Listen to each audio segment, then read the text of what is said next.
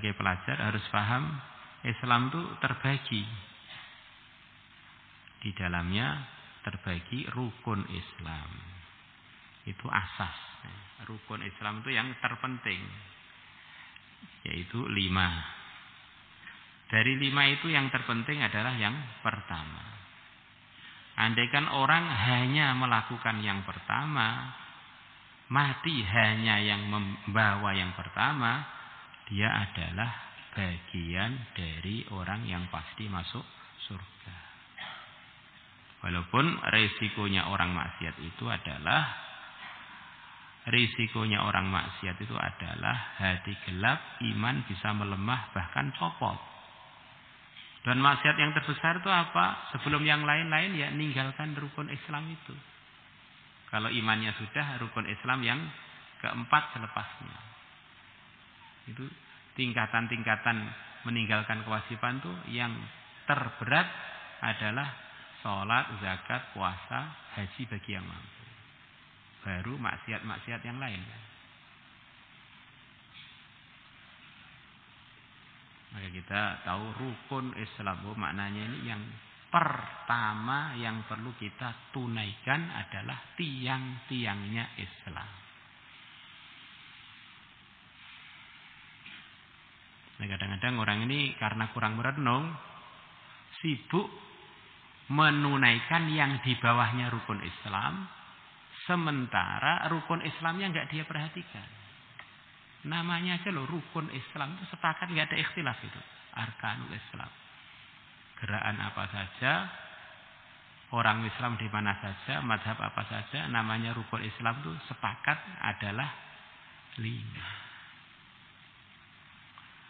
Maka kemudian baru yang lain-lain yang dimufakati para ulama bahwa itu merupakan kewajiban atau itu merupakan larangan yang perlu dijauhi. Nah, di antara godaannya setan kepada umat Islam, bahkan kepada sebagian ilmuwan Islam, sibuk bicara ikhtilaf. Sampai lupa menunaikan yang dimufakati untuk diperjuangkan. Yang dimufakati itu adalah terpenting sebagai tiang-tiang pokoknya Islam.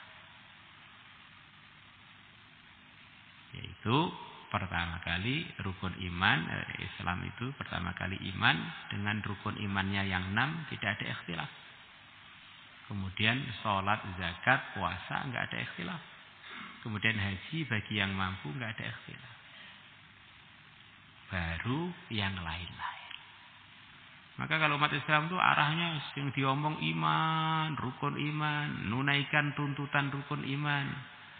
Sholat dengan sebaik-baiknya, tunaikan hak harta dengan sebenarnya, puasa Ramadan semua. Itu jauh lebih manfaat untuk merawat Islam melebihi bicara di luar itu dari segala macam aturan Islam yang di bawahnya itu kepentingan.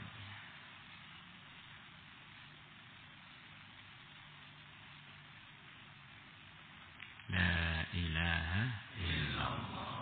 Ini kurang lebih cara pandang yang dewasa di dalam memahami kepentingan merawat Islam itu cara menunaikannya gimana? Ya rukun Islam itu duluan. Ini kita belajar akidah 50, Pak. Apa akidah 50 itu?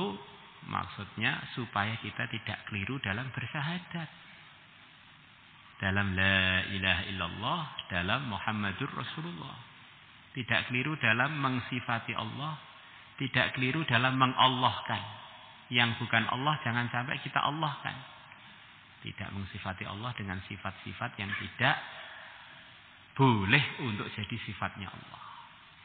Sifat wajib 20, sifat mustahil 20, sifat jaiz 1 bagi Allah.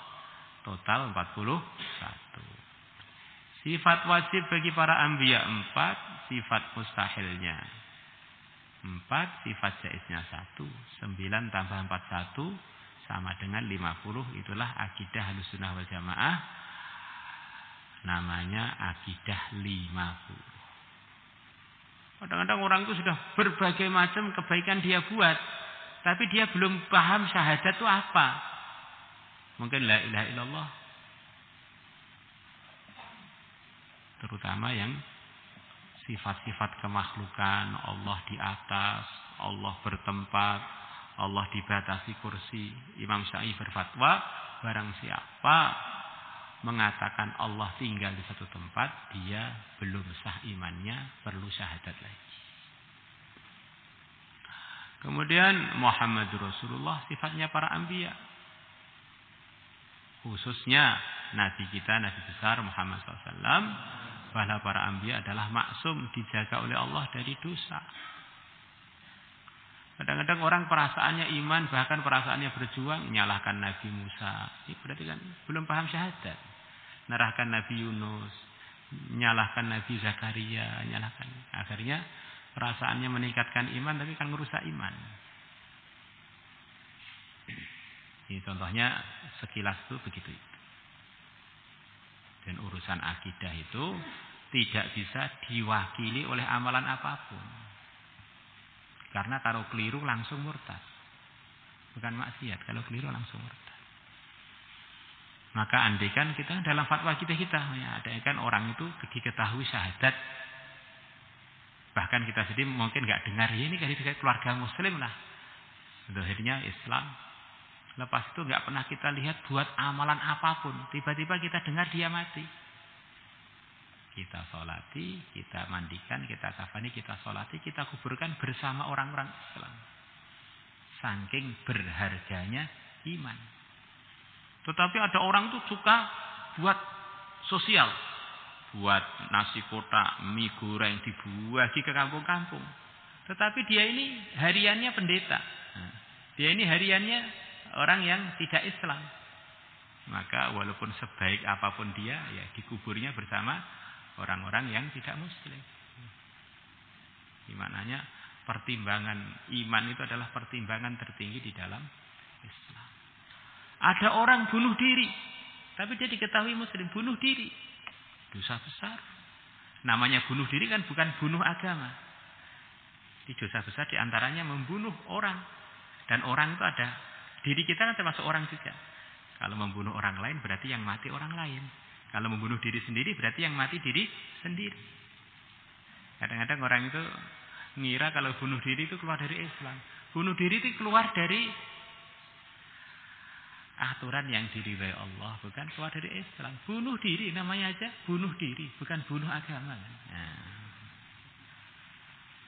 Maka diriwayatkan dalam hadis Bukhari jilid 4, ada sahabat bunuh diri. Berarti melakukan dosa besar. Terus dimimpikan oleh temannya dia masuk surga. Diceritakan cerita itu kepada yang mulia Nabi besar Muhammad SAW. Maka Nabi kita bersabda, pahala hijrah dia tidak akan terhapus dengan dosa bunuh diri dia. Ini resmi dari Nabi, orang wafat bunuh diri tetap nggak keluar dari sahabat, tidak keluar dari kewalian. Ya tentu itu urusan ini bukan untuk ditiru ya. Ini maksudnya sekedar gambaran bahwa iman itu adalah terpenting. Dan iman itu pokoknya di rukun iman itu penjabarannya akidah 50, itulah tanggung jawab semua santri, putra dan putri ketika pulang nanti. Kita ini pengen bagian pasti dari Ahlus Sunnah wal Jamaah. Kalau orang itu sudah bagian pasti dari Ahlus Sunnah wal Jamaah, mau laku nikah nggak laku nikah surga. Mau wafat di rumah atau wafat fisabilillah surga. Wah, gembosi Pak ini. Oh. Sekarang orang yang lebih tinggi derajatnya melebihi khulafaur rasyidun siapa? Dari kalangan umat kan enggak ada. Tidak ada yang wafatnya fisabilillah, enggak ada. Sayyidina Umar, Sayyidina Abu Bakar wafatnya di mana? Di rumah. Sayyidina Umar wafatnya di rumah, ditusuk di masjid, wafatnya di rumah. Sayyidina Utsman di mana? Di rumah waktu baca Quran. Sayyidina Ali di mana? Di masjid, ditusuk, wafatnya di rumah. Sayyidul Anbiya wafatnya di mana? Di kamar, di pangkuan istri beliau, di dada istri beliau. Istri tercinta lagi. Nah. Jadi ukuran orang itu tinggi tidaknya derajatnya di sisi Allah, ukurannya adalah dia ini ahlu sunnah wal jamaah apa tidak. Ukurannya di situ. Kalau orang sudah ahlu sunnah wal jamaah, kita serahkan pada Allah, kita nilai nggak mampu, kita bukan malaikat, jelas bukan malaikat. Kalau ngaku malaikat nggak ada yang percaya. Nah, tentu saja ini punya derajat iman, mau wafat di mana saja, mau hidup di mana saja. Kalau dia bagian dari ahlu sunnah wal jamaah, dia ini punya derajat di sisi Allah yang hanya Allah yang tahu sebetulnya setinggi apa derajatnya. Tidak selalu yang di rumah lebih rendah, tidak selalu yang fisabilillah lebih tinggi, tidak selalu yang di rumah lebih tinggi juga, tidak selalu yang di fisabilillah lebih rendah. Tergantung pengamalan ahlu sunnahnya seberapa sempurna. Kira-kira masuk akal gak? Nek gak percaya, yo jenenge kuwi gak percaya. Ini penting, ini pembahasan kita sebagai para pelajar itu harus begitu.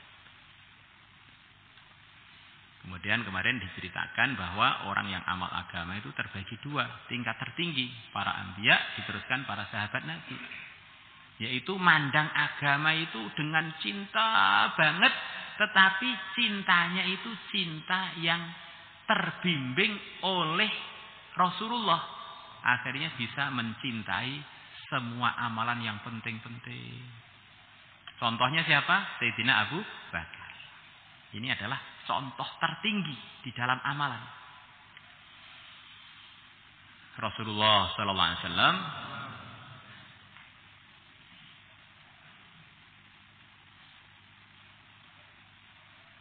bercerita bahwa nanti pintu surga itu banyak.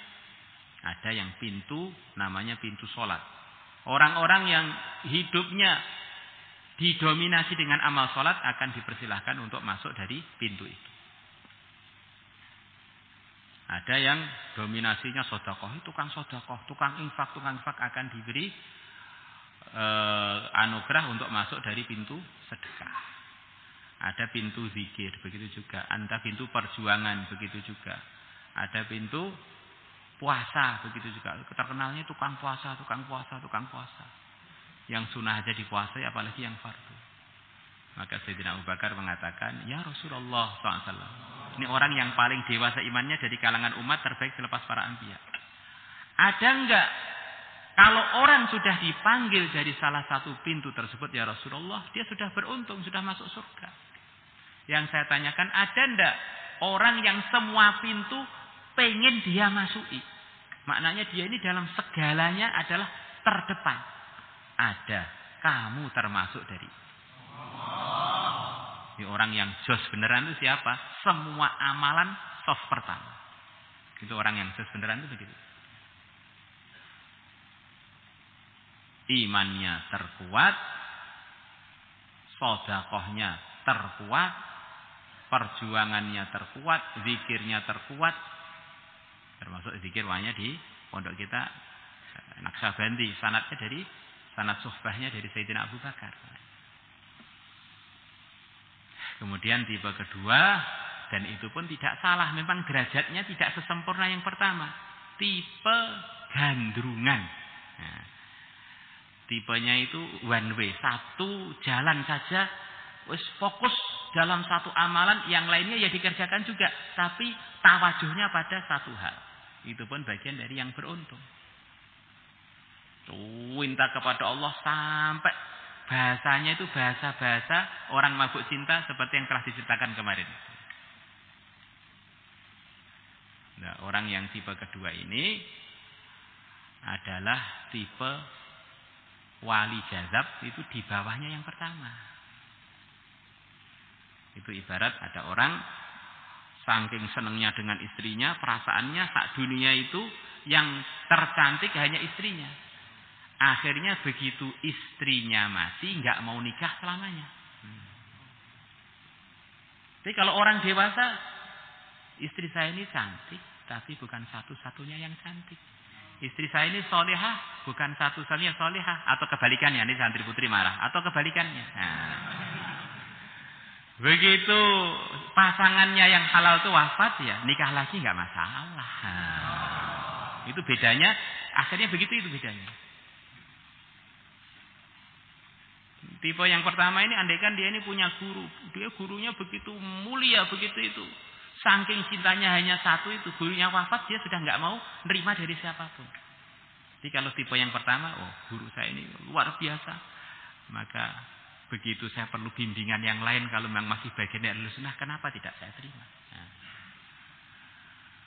jadi tipenya itu jadi tipe yang dewasa. Jadi kalau tipe yang kedua, saya sudah, Pak guru saya ini saja seumur hidup, ini saja wafat, pokoknya saya nggak mau nerima arahan dari siapapun. Nah ini orang begini ini orang tipe gandrungan, kasmaran, cocoknya istri satu. Kalau pintu surga ya hanya masuk dari satu. Dan itu nggak salah, tetapi tipe rendah dibandingkan yang pertama.